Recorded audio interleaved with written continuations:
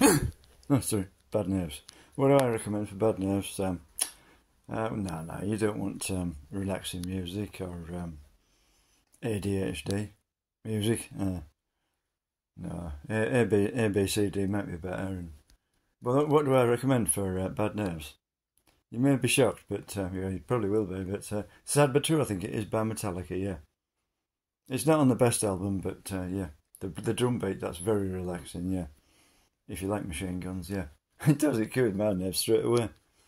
Some people say that I forget what it is. It's an alternative therapy, isn't it?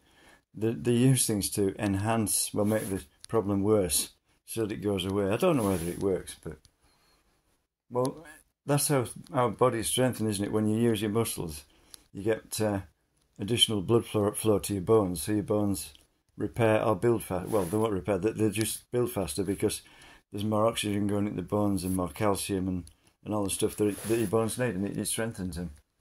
That's the way I understand it. Yeah, because apparently, yeah, they were. What was it when they raised the Mary Rose and they were studying the bones? They were thinking something like a ship of that age. I don't know if it was a Mary Rose, but they were examining things like collarbones from the sailors, and because they'd been pulling really hard on ropes to pull the massive sails into position, all the collarbones and that were developed, and that's how it works. That's how you build muscle, isn't it? You just repeat. You use it with muscles. You use them until they fail, don't you? And then they grow back twice as big, or two or three, four times as many muscle fibers. You just snap on up a muscle fiber. I know all about that. Yeah, I used to. Well, it's first started. One of the jobs I used to have was stacking sacks, but at the other end of the production line, there was somebody bouncing them, filling them from a chute and bouncing them to settle the powder, and then folding the tops over and feeding them through the stitcher, and I was at the other end. But eventually it got to the point where I could do both jobs, and yeah, if you're doing that for a day, you suddenly feel like somebody stuck a pin in your arm, and it's literally a muscle fibre snapping. But I've been a really enthusiastic bloke I used to work with. Yeah, he'd just say, "Oh, do you mind doing both jobs while I go to the toilet?" And I'd be running from one end of the workshop to the other. Well, I'd put 3 sacks on, run to the other end and stack them, and then back again. I used to think, it takes an awful long time on the toilet, this bloke. And he'd come back about maybe half an hour, not half an hour later, because it was before the supervisor came in, because he'd been caught by the supervisor, he'd been in serious trouble.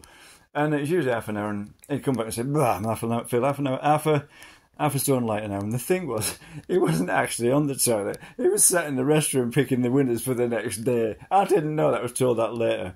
And somebody's going, ha, ha, ha, Ian, you idiot. And I said, but what you lot didn't know was, while he was away at the toilet, I was out the doors. There's nobody about in the yard between 6 and 7 o'clock, because the storeman and that didn't start until 7. So I was out the yard, over the fence, across the railway line, the goods line, obviously. Nobody saw me. I was in my car, because the car park was the other side of the railway line, and away and doing something else.